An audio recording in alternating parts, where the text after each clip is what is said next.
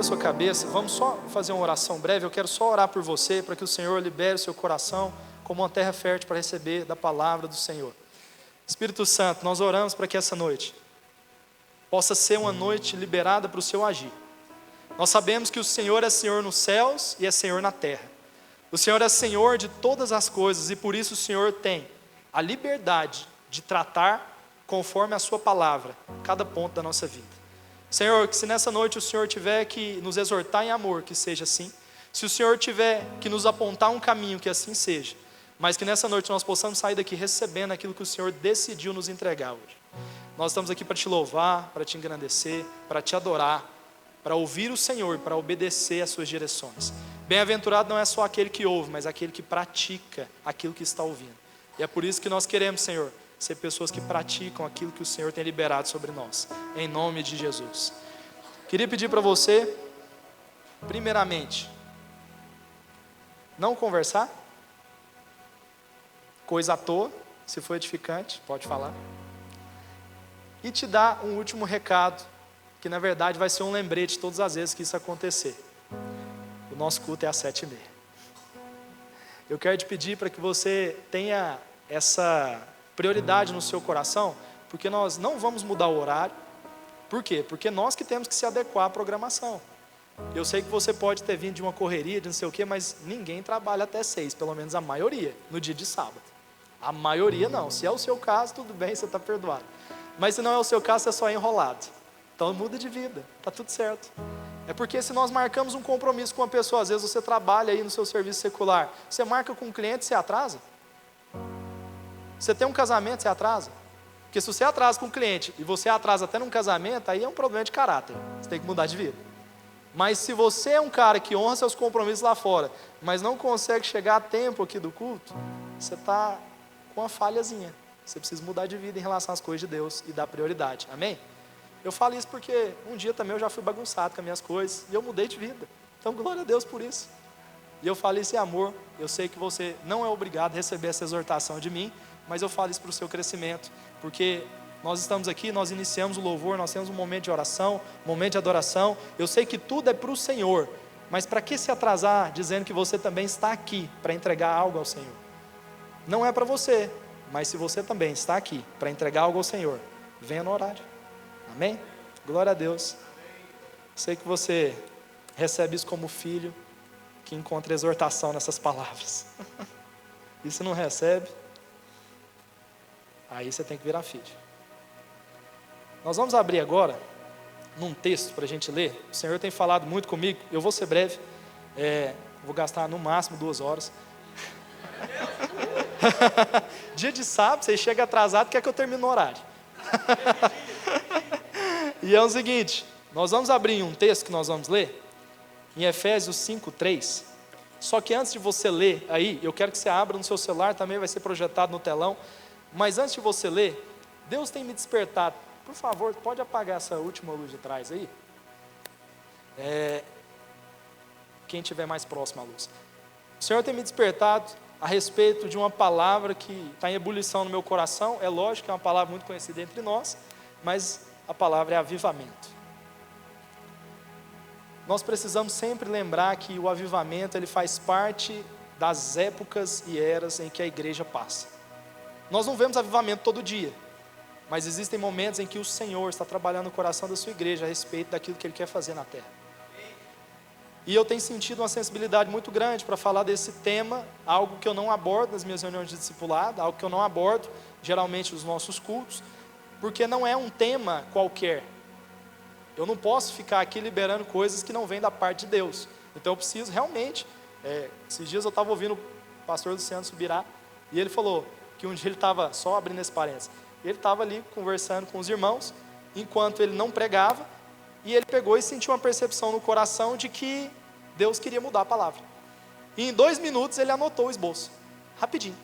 E aí ele subiu e falou para a galera, falou, gente, eu estava aqui preparando para falar outra coisa, mas o Espírito Santo me mostrou que era para falar de tal assunto, e por isso agora eu vou mudar o tema. Aí ele falou que pregou tal e tudo mais, e depois o irmão chegou nele e falou assim, nossa pastor, você mudou sua pregação em 2 minutos? Que loucura, você escreveu tudo em 2 minutos? Ele falou, não, Um esboço você prepara em 2 minutos, uma mensagem demora muito tempo. Então, às vezes, o fruto que vai ser gerado através da sua mensagem é algo que Deus tem ruminado no seu coração há muitos dias. Talvez as palavras que terão mais impacto na vida de outras pessoas é aquilo que Deus já tem martelado na sua mente há muitos dias, ou há anos. E de repente, você cria um esboço e prega essa mensagem. É muito ruim quando a gente fica preocupado com, eu tenho que pregar, então eu vou ali na internet olhar o que pregar, e eu vou copiar essa mensagem e vou falar. Você vai pregar. O evangelho é o poder de Deus. As pessoas vão até receber, mas essa palavra não fez nenhuma reforma no seu coração. Ela não conseguiu atingir o objetivo que, primeiramente, a palavra, ela é uma água que nos limpa, depois ela jorra.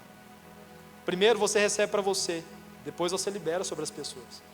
E como nós pregamos, e você às vezes que está me olhando é líder, ou até mesmo já liderou, você tem esse viés, às vezes sempre está olhando para as palavras que você está diante delas, achando que já é para você liberar sobre outros, mas às vezes elas vão terminar em você mesmo. Deus está falando é com você. Deus está despertando algo no seu coração. E você tem que receber isso como alimento, amém? Como direção de Deus. Então, a palavra avivamento está queimando meu coração já faz alguns dias, e eu estou sendo impactado por algumas coisas, e no culto passado, antes da gente entrar na palavra, mas isso aqui já é para edificar a sua vida, a gente estava num culto maravilhoso. Domingo passado, quem estava aqui, de manhã e de noite? De manhã e de noite você não estava, você estava só no mas em um dos dois você estava. Cara, que experiência eu tive durante o louvor. Quando começou aquela música, a melhor parte, e aí depois foi para o refrão, como Maria, eu falei, mano do céu, que loucura. Eu não estava pulando e dançando, eu não estava simplesmente naquelas músicas animadas, onde a gente bate palma e tudo mais, eu consegui sentir o que Davi sentiu diante da arca, eu exultei no espírito, eu falei, mano, que é isso, eu nunca senti isso antes, diante de Deus, eu nunca senti isso antes, durante um louvor, senti uma alegria do espírito assim. Eu já fui contrito, quebrantado, tudo mais, mas uma alegria do espírito que não era empolgação, que eu não estava só batendo palma e pulando, eu falei, o Senhor está se manifestando aqui. E foi tão poderoso que eu achei que a segunda filha do Túlio ia nascer aqui no palco. Porque a Thaís começou a adorar o Senhor com a sua voz maravilhosa, mas também dançando e pulando e gesticulando. Eu falei, meu Deus! E eu estava sentindo aquele ambiente e tal. Eu falei, Senhor, é isso. Nós precisamos nos alegrar na presença tamanha conforme foi hoje. E aconteceu isso de manhã e de noite. Nós fomos tomados pela presença num momento que não é comum e não é costumeiro entre nós. Geralmente você vai no Chaba do Alessandro Vilas Boas, né? Então, dessa vez nós fomos cheios do Espírito na alegria. Glória a Deus por isso. Se você testemunha disso também, eu vou te falar, escuta essa música mais 300 vezes e vamos tomar banho ouvindo ela, vamos acordar ouvindo ela, vamos fazer o que for, porque tem algo de Deus nessa música. Aleluia. Seguinte, como eu te falei qual que é o espírito do meu coração em ministrar essa palavra, o texto diz assim, pode projetar, vamos acompanhar aí no seu celular. Vamos ler o texto todo, porque aí depois eu vou dar ênfase, o texto é grande, então você acompanha aí. Entre vocês não deve haver nem sequer menção de imoralidade sexual, nem deve nenhuma espécie de impureza ou de cobiça, pois essas coisas não são próprias aos santos. Não haja obscenidade, nem conversas tolas, nem piadas indecentes, que não são apropriadas, mas, em vez disso, ações de graças. Porque vocês podem estar certos de que nenhum imoral, ou impuro, ou ganancioso, que é idólatra, tem herança no reino de Cristo e de Deus. Ninguém os engane com palavras vazias, pois é por causa dessas coisas que a ira de Deus vem sobre os filhos da desobediência. Portanto, não se associem com eles, porque antes vocês eram trevas, mas agora são luz, amém? Luz no Senhor, vivam conforme filhos da luz. Pois o fruto da luz consiste em toda bondade, justiça e verdade. E aprendam a discernir o que é agradável ao Senhor. Não participem das obras infrutíferas das trevas, antes exponham-as à luz. Pois é vergonhoso até mencionar as coisas que eles fazem em oculto. Tudo, porém, que é exposto pela luz, torna-se visível, pois a luz torna visíveis todas as coisas. Por isso é que foi dito, desperta, ó tu que dormes, levanta-te dentre os mortos, e Cristo resplandecerá sobre ti. Aleluia, só até aí. A ênfase do nosso texto é: desperta, ó tu que dormes. A palavra está ali, trazendo um discernimento do caminhar daqueles que são filhos da luz, e que eles não podem andar conforme era quando eles eram filhos da treva. Eles não podem andar como se eles fossem filhos do diabo ainda. Eles são filhos de Deus. Vocês são filhos de Deus. Como que você pode se associar com as coisas antigas, dizendo que agora tudo se fez novo? E o Senhor fala que aqueles que estão vivendo dessa maneira é como se estivessem dormindo. Como assim? Eu fui salvo, o Senhor me transformou, me regenerou, tem feito uma obra na minha vida, e agora eu estou vivendo conforme as práticas antigas. Você é considerado como aquele que dorme. E o Senhor fala: desperta, ó tu que dormes, e Cristo resplandecerá sobre ti. É importante você entender que se a sua caminhada não muda, se você não se atenta para as coisas que Deus quer fazer, você fica de fora. Nós estamos falando de avivamento. Todas as vezes que o avivamento é mencionado, algo é gerado no nosso coração. Mas quando o avivamento é chegado e ele se manifesta entre nós, há uma transformação moral e social entre nós. É impossível você falar que está experimentando de Deus, que o Senhor tem se derramado na sua vida, que você tem compreendido as coisas que o Senhor tem para você, e não tem tido uma transformação moral na sua vida, ou social, através de você ou ao redor de você. Se você está num círculo de pessoas, ou se você está aqui no meio de uma comunidade, onde tem dito que há um avivamento entre nós, ou que o Senhor fará algo entre nós, é impossível que Ele faça algo e não haja nenhum tipo de expressão visível aos nossos olhos. Quando você olhar para esse texto, desperta, ó tu que dormes, você tem que falar: será que é eu que estou dormindo? Será que sou eu que estou nesse momento de inércia?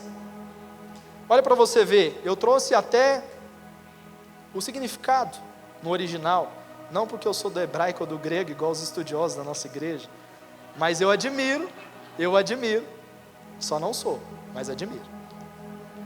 O verbo hebraico de avivamento quer dizer avivar, tem o significado primário de preservar ou manter vivo. Porém, avivar não significa somente preservar ou manter vivo, mas também purificar, corrigir e livrar do mal. Então, o intuito do Senhor ao avivar a sua igreja é trazer correção, é fazer permanecer vivo aquilo que estava quase morrendo, e é trazer direção e livrar do mal. O avivamento serve para consertar algo que estava desgovernado, trazer vida para algo que estava quase morrendo.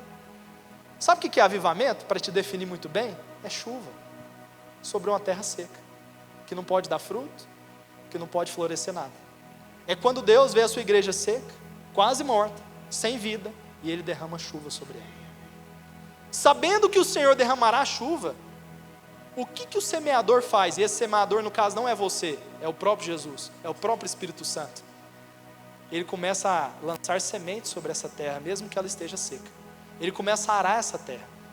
Se você imaginar um arado, vai abrindo fissuras nessa terra. Se você imaginar o que o semeador está fazendo, está liberando sementes. Depois de abrir fissuras, ele começa a liberar sementes, porque ele bem sabe o que ele está prestes a fazer.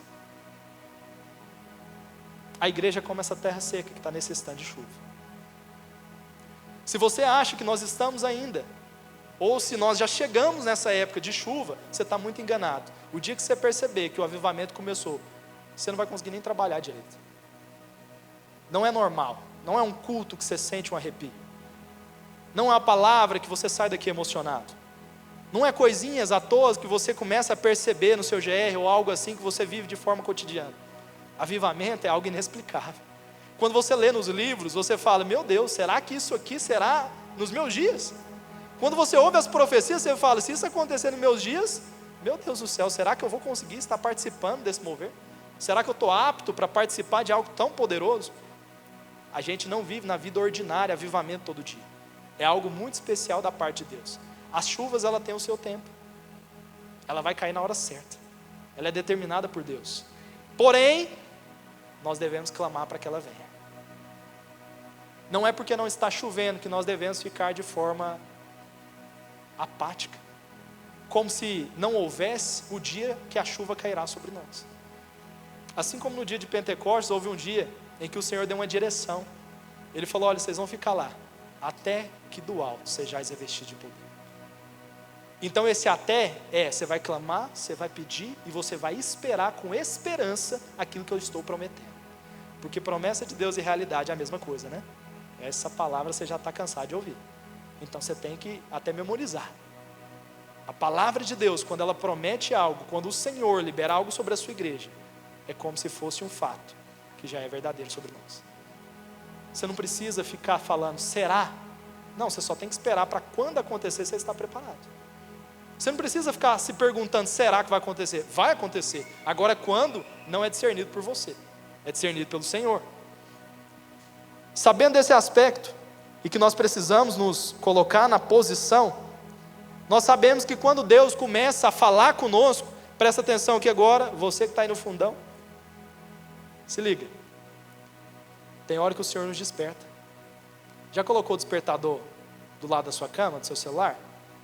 Eu sei que você coloca 7h10, 7h20, 7h30.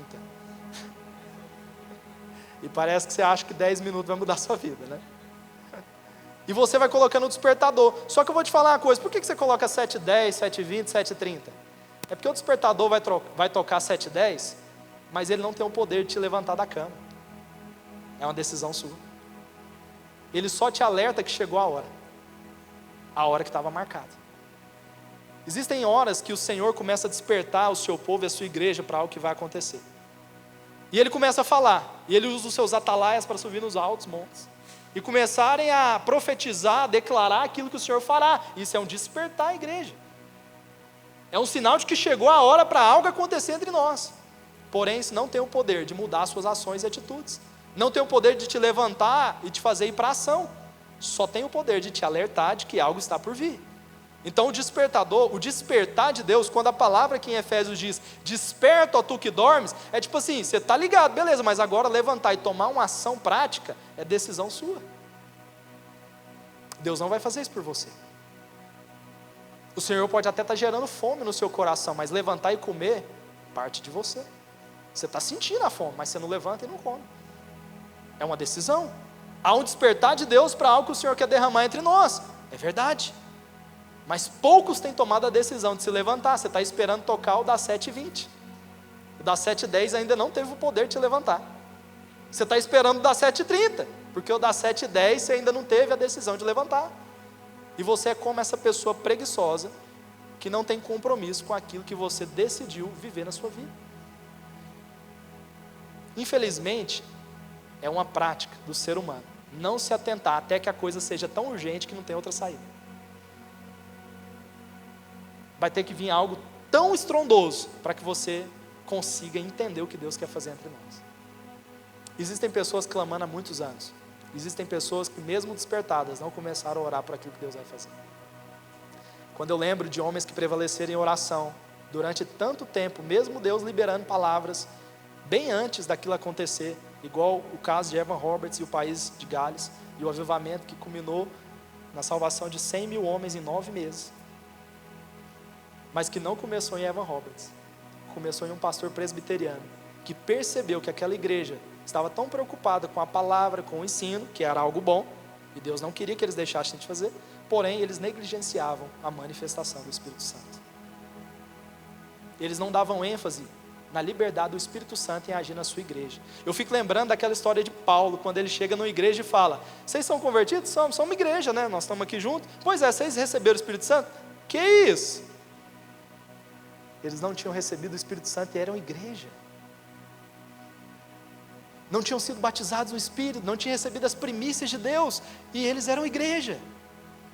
Eu fico vendo essa igreja presbiteriana, esse cara que estava ali sendo despertado para começar a orar, ele olhando para a igreja dele falando, tudo bem, vocês avaliam a palavra, querem pregar bem, querem ministrar bem, querem ensinar bem, tem aulas de seminário, tem tudo muito bom, mas Deus não se manifesta entre vocês. E ele começou a ser despertado por Deus para orar por um avivamento. E ele orou assim, Senhor, mas levanta alguém lá das carvoarias, lá das aldeias, para ser alguém tão insignificante, que as pessoas não tenham dúvidas de que foi o Senhor que fez. E aí Deus desperta um garoto chamado Evan Roberts. Eles viveram algo tão intenso durante esses 9 meses, que a história conta que ele ficou fraco da cabeça depois dos 9 meses, nunca mais voltou para o ministério. Ele viveu algo tão intenso, tão estrondoso, que o corpo físico dele não aguentou o batidão. O avivamento foi muito grande. Nós estamos falando de um país que na época, se brincar, não tinha 1 milhão de habitantes no país. 100 mil homens é muita coisa para um país de 1 milhão de habitantes. O Senhor avivou aquele lugar. Os cultos que eram vazios começaram a estar lotados. Pessoas que não pisariam na igreja começaram a ser tocadas em bares, em ruas, em prostíbulos, porque a manifestação de Deus não era numa localidade. Ela estava emanando em toda a cidade, em todo o país. O Senhor estava avivando uma nação inteira. E tudo isso começou em um homem que não se calou e não se acovardou diante de um despertar de Deus para orar por algo. Você tem noção que é muito egoísmo nosso? É um egoísmo danado o fato da gente começar e só começar. Porque você sentiu a empolgação aqui nesse momento, aí você começa a orar por algo. Mas amanhã você esquece, você vai orar só pelas suas coisas pessoais. E se orar pelas suas coisas pessoais, você abandona as coisas que são importantes para Deus. E você só se preocupa com as que são para você. Você continua orando para Deus te dar dinheiro, você continua orando para Deus te dar um carro, você continua orando para passar na faculdade, você continua orando para melhorar de vida, porque essas coisas te atribulam. Mas eu vou te falar, aqueles que amam a Deus se importam com as causas que estão no coração de Deus. Ele deixa as dele de lado. O reino de Deus vem em primeiro lugar. Tudo tanto faz, Senhor. Não importa. O importante aqui é que eu sou alguém que foi criado para satisfazer o seu coração. O que o Senhor quer fazer comigo? O Senhor quer me usar para quê? O Senhor quer falar o que com essa nação? O Senhor está despertando os jovens da nossa nação para quê? Por que o Senhor tem liberado tantas profecias sobre nós, Senhor? Me dá clareza do que nós estamos ouvindo. E entrando nesse ponto, eu já te falo algo. Eu fui para São Paulo, há uns meses atrás, e enquanto eu estava lá, numa imersão para líderes, um dos irmãos que hoje é pastor em Recife, já pregou na nossa igreja, o Bruno Carvalho, pegou o microfone e ele estava chorando copiosamente, sentiu da parte de Deus, tipo assim, de liberar algo muito poderoso. E ele falou assim, presta atenção nessa profecia, porque eu acredito muito no que ele falou. Ele falou assim, irmãos, nós estamos aqui entre pastores e líderes, e algo que eu vou falar não é para trazer uma emoção ao seu coração, eu estou falando que Deus falou comigo. Ele falou, eu tive uma visão, como se eu estivesse ouvindo muito barulho, depois de um muro, bem alto, e além desse muro vinha muitas vozes, e eu tentava subir nesse muro e ver que barulho era aquele. Eu estava tentando discernir o que eles estavam falando, mas eu só escutava, eu não conseguia ver. Eu tentei escalar o muro de todas as formas e não consegui ver o que estava sendo feito. Eu só conseguia ouvir, mas não via. De repente ele começou a ter clareza do que se ouvia, mas ainda não conseguia ver. Aí ele fala que nessa visão ele encostou no muro e tipo se ajoelhou encostado no muro assim e começou a chorar porque ele não conseguia. Só que de repente ele viu um monte de criança vindo correndo na direção dele. E essas crianças vieram correndo e subindo nos seus ombros e conseguiram escalar ele e subir no muro. E tudo que ele ouvia começou a ser traduzido por as crianças que estavam vendo. Eles começaram a olhar por cima do muro e relatavam para ele o que viam. E ele falou assim, eu só ouvia, mas aquelas crianças conseguiram ver aquilo que eu ouvi. Sabe, irmãos? Pode ser que a gente seja a geração que está vendo ou que vai ver. Eu ainda acho que vai ver. Pode ser que a gente seja a geração que está ouvindo. E a próxima geração vai ver. Mas independente de qual é a nossa posição, é muito importante ou que a gente suba nos ombros de alguém, ou que a gente empreste os ombros para alguém. Porque o Senhor precisa fazer algo. E nós vamos ser a ponte de Deus para aquilo que Ele vai fazer na terra. Olha que profecia poderosa, que revelação da parte de Deus. E se você não se atentar, você nem empresta os ombros e nem sobe nos ombros de ninguém para cooperar com aquilo que Deus está fazendo na terra. É por isso que você tem que ter sensibilidade para o que Deus está fazendo. Não viva a vida cristã em volta do seu próprio umbigo. O que o Evangelho pode me dar? O que eu tenho de benefício? Qual que é esse contexto que eu posso viver, onde as coisas vêm até mim, onde eu sou totalmente, tomo vantagem das coisas do reino. Existem pessoas que estão vindo aqui só para enfiar a mão na cesta e pegar o que tem. Isso é muito ruim. essa parte não é a parte dos filhos maduros. O filho maduro fica com o coração impelido a satisfazer o coração do pai, ele fica ali preocupado. Nossa, o que dói no coração do meu pai é o que dói em mim. Santo Antão diz assim, né? E acho que outro homem de Deus até mencionou em outro livro também. Ele fala, cara, ninguém que diz que ama a Deus, mas não sabe o que dói nele, ama a Ele de fato. Sabe? Eu sempre soube as coisas que doem no coração da minha esposa. Essas coisas não doíam no meu coração. Não eram importantes para mim. Mas porque eram importantes para ela eu fazia. Não porque se tornaram importantes para mim a priori, mas porque eu a amava. Talvez você não entenda o quanto é importante para Deus essas vidas, o quanto é importante para o Senhor que os seres humanos não pereçam, o quanto é importante para o Senhor fazer essa última colheita ser a maior colheita. Talvez você não entenda ainda a importância disso para Deus, mas porque você o ama, faça o que Ele te pede. Talvez você não vai ter entendimento de fazer, porque você entendeu como fazer, mas faça pelo amor, porque você ama o Senhor e isso é importante para Ele. Nada para o Senhor é importante, a não ser as vidas que estão aqui. Nós estamos em um mundo que está entesourado para o fogo e para a destruição. Não há esperança para os dias futuros. Não tem como você se aliançar numa esperança terrena. Não tem como seu coração começar a ter vínculo com um futuro incerto. Só tem uma esperança no Senhor. Você vai trabalhar como se não trabalhasse, vai viver como se não vivesse, vai casar como se não casasse, vai comer como se não comesse, vai vir para esse culto como se não viesse, porque, cara, é só Deus. E isso não é para trazer tristeza no seu coração, é para trazer senso de urgência naquilo que Deus está querendo fazer. Meu querido, eu sei que nós somos guardados pelo Espírito Santo e que os seus anjos sempre estão ao nosso redor para nos proteger, para nos guardar. Eu sei que o Senhor está por nós. Nós temos o leão da tribo de Judá dentro de nós, maior que está em nós, que está no mundo, é um fato. É por isso que você vive e parece que as coisas do mundo não te tocam. Você está vendo as notícias, mas você não consegue ter medo, porque você confia no Senhor. Isso é muito bom. Glória a Deus por isso. Eu ando na rua, eu não fico preocupado se um ladrão vai vir e vai me assaltar. Parece que não existe ladrão quando eu estou na rua. E eu sei que ele existe, ele vai roubar alguém. Mas parece que não vai acontecer comigo. Por quê? Porque eu me sinto guardado. Muito bom isso. Parece que a crise vai vir, mas que não vai acontecer nada comigo. Por quê? Porque minha casa é guardada. Eu entendo, isso é muito bom. Mas nós temos que ter um nível de compaixão também por aqueles que estão perdidos. Por aqueles que não têm o Senhor por eles. Nós precisamos ver essas vidas alcançadas pelo Senhor. Sabe, irmãos, abrindo esse leque de profecia, nós vamos entrar aqui num contexto aonde nós vamos relatar para você as profecias que foram liberadas sobre nós como nação. Existem coisas tão poderosas como ogivas nucleares, pontas para explodir sobre essa nação. Porém, você precisa ter noção do que Deus está prestes a fazer e se preparar para isso. Não acho que isso aqui é um tema de pregação, isso aqui é um senso de urgência que o Espírito Santo colocou em mim. Eu estou num culto de jovens, eu não precisava falar disso aqui. Eu podia falar qualquer outra palavra que te motiva, que te ajuda, que te direciona. Eu poderia. Mas eu não estou aqui para que você saia daqui achando legal. Eu quero que você saia daqui transformado para aquilo que Deus quer fazer em você. Então é por isso que nessa noite você vai se atentar por aquilo que o Senhor está nos despertando. Mas assim como eu te falei, o despertar de Deus não tem o poder de te levar à ação. Ele só te diz que chegou a hora. Amém?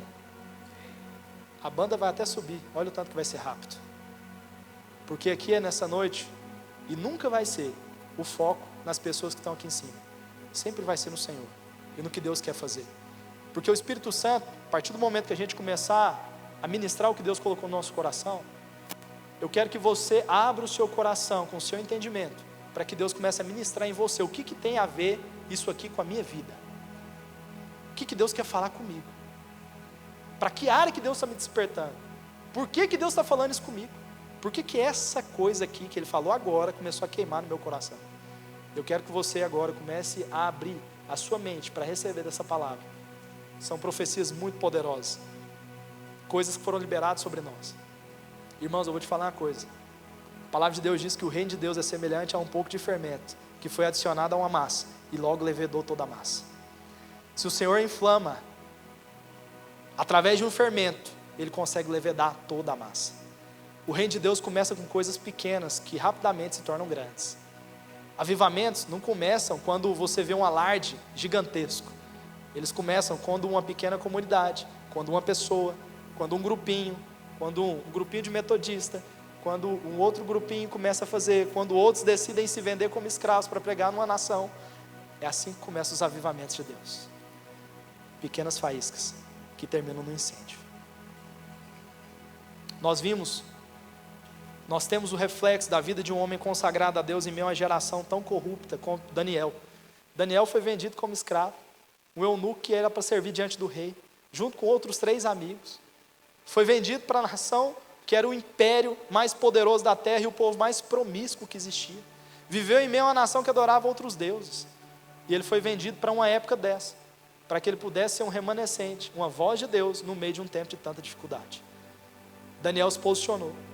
Chegou no momento onde ele tinha o testemunho de ser alguém posicionado em Deus, alguém que tinha santidade e consagração em meio a uma geração tão corrupta.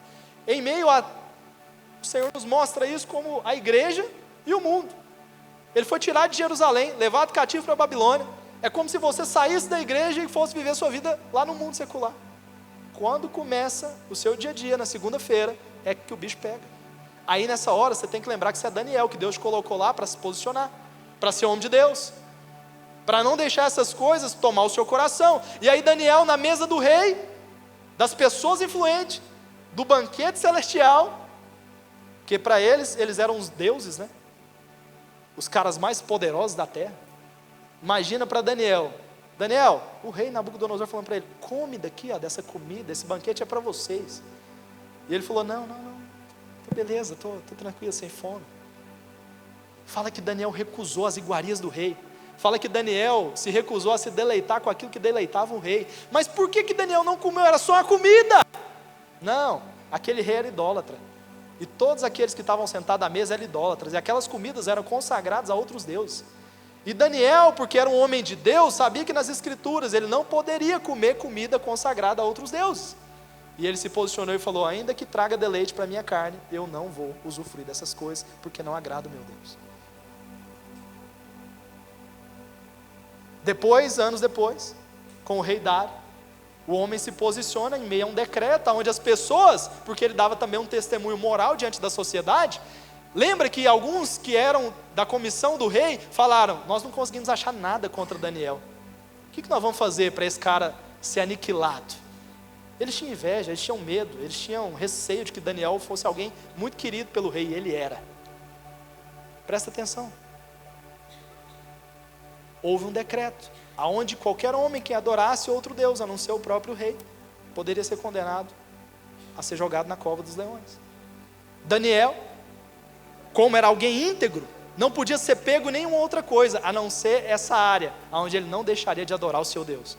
E se eles não criassem uma lei que pudesse ser quebrada, Daniel nunca teria quebrado as outras que já eram parte da sociedade. Então presta atenção, existem pessoas que são tão íntegras, que para falar mal de vocês não tem que mentir.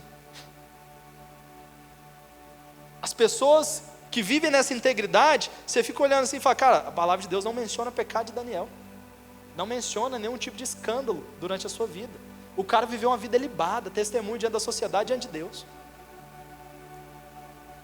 Homem que estava vivendo, não em um tempo fácil, mas em um tempo muito difícil. Então nós não podemos falar que as circunstâncias favoreceram ele, pelo contrário, teve que ter muita resiliência. Eu sei que as circunstâncias não nos favorecem, eu sei que a internet não te favorece a ser santo, eu sei que as coisas no mundo não te favorecem a ser santo. Você está numa igreja que está do lado de uma boate, você está num setor que hoje é considerado um dos setores mais promíscuos da nossa cidade. Quando eu saio daqui todos os dias, no domingo que eu passo pelo Cepal, eu acho que de 15 em 15 dias ou uma vez por mês, tem um rolê ali, que meu Deus do céu, parece a Babilônia, no Cepal, bem ali. Vocês já viram? Loucura. Vocês vão ter que evangelizar lá, viu? Vocês vão cair lá para dentro. Aquele lugar é loucura. Pedacinho do inferno. Presta atenção. Não dispersa. Só para finalizar sobre esse contexto de Daniel e a gente ir para as profecias. E por fim, Daniel se posicionou em continuar orando e declarando ao Senhor o seu amor e a sua devoção, mesmo diante de um decreto, que era perseguição da parte daqueles que odiavam. Ele se posicionou e continuou orando. E só que a Bíblia não menciona o fato dele orar, mas menciona a forma que ele orava e quantas vezes ele orava. A palavra de Deus diz que ele orava 3 vezes ao dia. E não era de qualquer forma, ele se ajoelhava com as janelas abertas para o rumo de Jerusalém. Isso era de uma forma qualquer? Era por simples fato ritualístico? Não. Ele sabia muito bem que as promessas de Deus e que aquilo que Deus tinha decretado nas suas profecias era: Jerusalém vai ser levado cativo, mas também ela sairá do cativeiro. Então Daniel orava por aquilo que ele tinha esperança. O quê? Sair do cativeiro, porque no cativeiro ele já estava vivendo. Ele falava e orava, olhando para Jerusalém, falando: a minha esperança está na promessa de Deus, não está no que eu estou vivendo aqui na Babilônia, porque o meu coração já está na expectativa de viver as coisas que Deus já decretou no meu futuro. Daniel já vivia com as intenções e o seu coração na sua pátria. Só que a palavra de Deus nos diz que não existe só a Jerusalém antiga, existe uma Jerusalém celestial. Existe uma pátria que ela ainda não é algo manifesto entre nós, mas que ela descerá sobre as cinzas, e nessa pátria você irá morar. Assim como Daniel, pode ser que nós estamos vivendo meio a Babilônia. Há um tempo onde o governo não é do Senhor. O Senhor intervém e governa acima de todos os reis, nós sabemos disso. Mas hoje o governo da terra está na mão dos homens, potestades, principados, e é por isso que nós devemos governar através de oração, porque eu e você não temos autoridade nenhuma. Adão perdeu, não é dessa autoridade. A terra não está sob o domínio do povo de Deus mais, mas o Senhor é soberano acima de reis. E é por isso que enquanto em vida, por mais que homens maus possam governar as nossas nações, ou até mesmo porque homens maus possam declarar coisas ruins a nosso respeito, nos livrar e nos privar de ser livres do Senhor, nós podemos clamar ao Senhor, que a nossa esperança está na pátria celestial. Irmãos, o seu coração tem que ser o coração de um homem do céu, ansiando e buscando as coisas de Deus. Por isso você vai ficar de pé agora, sem dispersar e sem conversar. Nós vamos finalizar juntos. Presta atenção numa coisa. Quando Daniel orava com a esperança na Jerusalém que era prometida, como uma terra que seria deles novamente, para onde ele voltaria? Ele orava com esperança, sabendo que o Senhor é poderoso. Assim como o Senhor fez a Babilônia levá-los cativos, o Senhor era poderoso para tirá-los de lá. Hoje nós estamos cativos nesse mundo, e só vai sobressair aqueles que forem como Daniel, Sadraque, Mesaque e Abednego, ou como diz o Dom, Misael, Ananias e Azarias. Nós teremos que ter o coração de Daniel para ter esse testemunho de santidade, para ter o testemunho social diante da nossa comunidade, e para ser um povo tão consagrado, apaixonado e esperançoso no Senhor, que não vai deixar de orar e clamar porque Ele quer. Sempre vai haver um remanescente, e na hora que você achar que você está sozinho, que é só você, lembra que você pode estar sendo um louco, igual Elias, achando que só sobrou você, mas tinha 70 mil homens que não se dobraram. O Senhor tinha separado as suas primícias. O Senhor sempre vai colocar no coração do seu povo a forma certa de viver em tempos de crise. Só que existe agora uma oportunidade de você se levantar por aquilo que Deus está te despertando. Presta atenção na coisa. Deus liberou coisas sobre uma nação que você faz parte. Você é um brasileiro. O que é o Brasil? Um lugar que é amontoado de brasas. Esse é o significado do nosso nome. O que as profecias dizem? Que nós seremos como brasas dispersas sobre as nações. Nos últimos dias, Deus vai pegar uma nação que é tão descredibilizada lá fora como uma nação imoral, como uma nação do bullying, uma nação da mentira, uma nação da corrupção, e vai usar aqueles que não são, para envergonhar os que são. Vai pegar homens como eu e você, que não tem nada a oferecer na nossa parte natural, e vai usar a gente de forma extraordinária. Presta atenção, nós vamos começar a liberar agora algumas profecias, e eu gostaria que você enchesse seu coração de fé, e eu vou te falar quem liberou essas profecias e quanto foi feito. Olha aqui, em 1995, Mike Shea, pastor e diretor da Casa de Davi, Shea declarou que a adoração é o dom redentivo do Brasil, e profetizou que o Rio do Leão fluirá sobre a nação brasileira, 12 vezes mais do que fluiu sobre a América. 1997, Brenda Kilpatrick liderou o avivamento de Brusselsville, em Pensacola. O avivamento de Pensacola. Kilpatrick relatou que viu um anjo balançando a bandeira do Brasil e levantando esperança aos povos da América do Sul. Ela profetizou que o Brasil foi escolhido para elevar o nome do Senhor nos últimos dias. Em 1997, também uma mulher que é uma referência para nós, Valnice Milhomens, presidente do Ministério em SEDIC. Valnice profetizou que o governo do justo irá se levantar no Brasil, com majestade e poder, levando o país para o lugar de paz e prosperidade que Deus direcionou.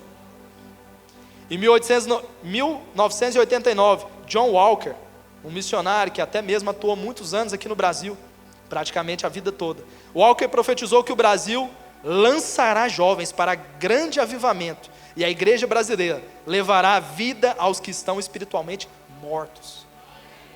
Assim como Deus está te despertando hoje, você vai ser usado para despertar povo que está morto, pessoas que são como terra seca, e Deus vai liberar orvalho através da sua vida.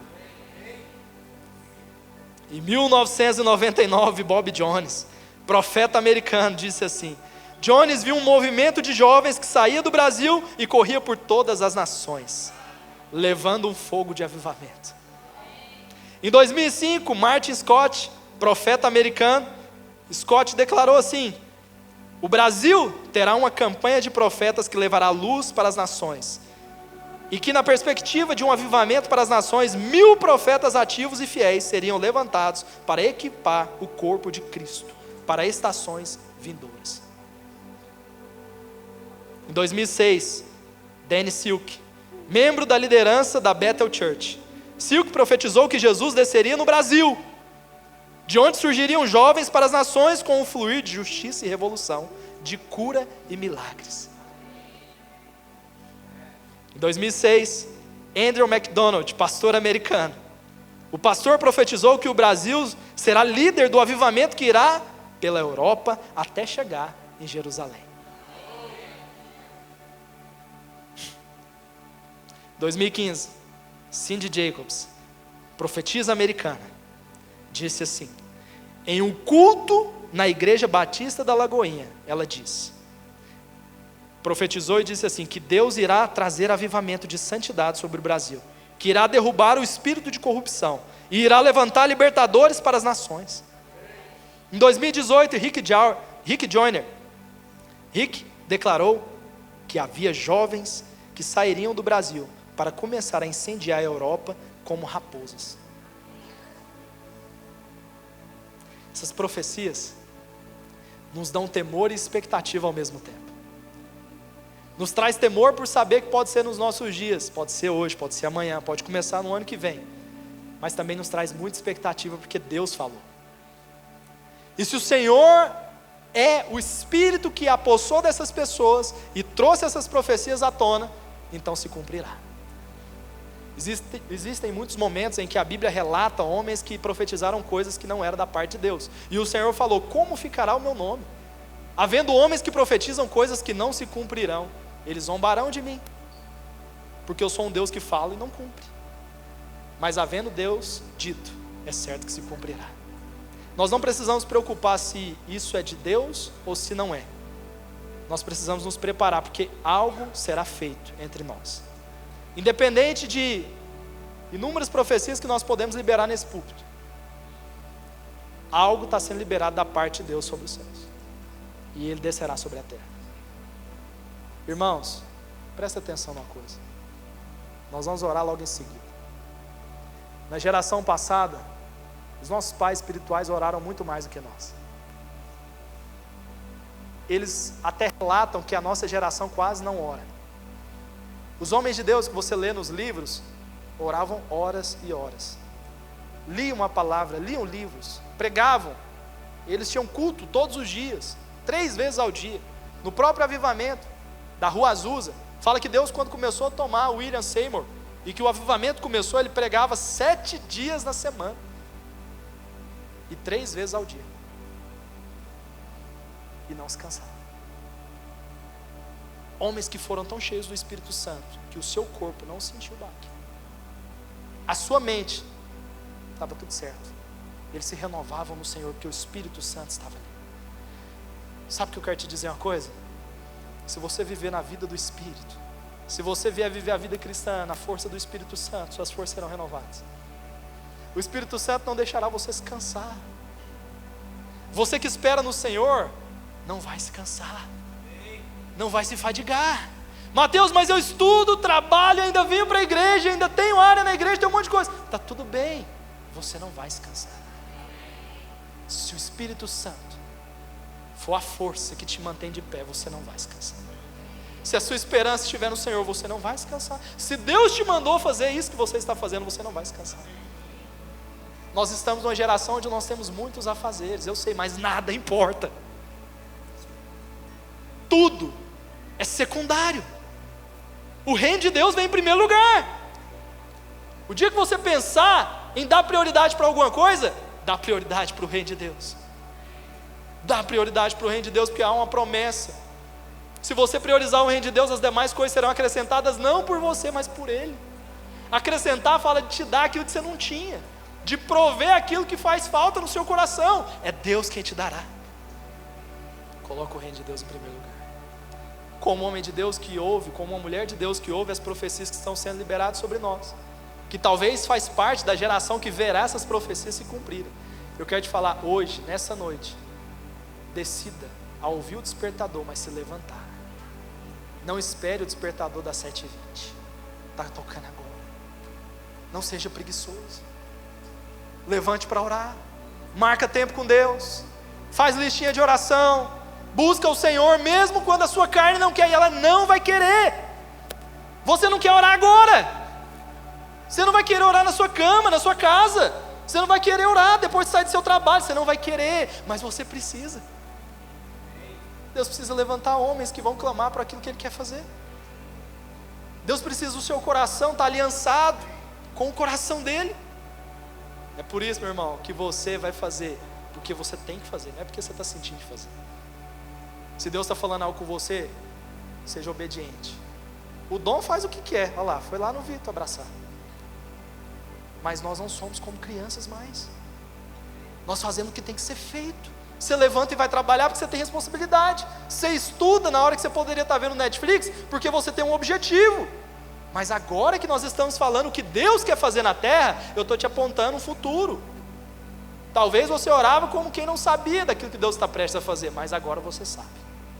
E se Deus quer fazer algo entre nós, meu irmão, assim como você tem responsabilidade de trabalhar, de estudar, de adquirir conhecimento, de ler um livro, você vai começar a orar por aquilo que Deus quer fazer. Talvez você vai ser como aquele pastor presbiteriano, que vai ser só despertado para orar por algo que Deus vai fazer na vida do seu irmão. Olha, sabe o que eu sinto? Eu sinto que você agora, algumas pessoas aqui, e não estou falando isso como jargão não, eu sinto isso de Deus mesmo. Alguns irmãos aqui vão sentir coisas que não é para você. Você vai liberar na vida do seu irmão agora. Você vai sentir coisas que Deus tem para outros irmãos. Você vai liberar com muita fé. E eu tenho certeza que será como confirmação no coração dele, coisas que Deus tem para ele. Talvez você é um intercessor daquilo que Deus fará, enviando outro irmão. Ou você talvez seja esse irmão. Se você for ele, tem a disposição de ir. Se você não for, tem a disposição de orar. Deus tem que te usar de alguma forma. O Senhor precisa te usar. Ele quer te usar. Num momento como esse que nós estamos vivendo, você tem que ter esse coração para responder a Deus e ser canal de Deus. Feche seus olhos.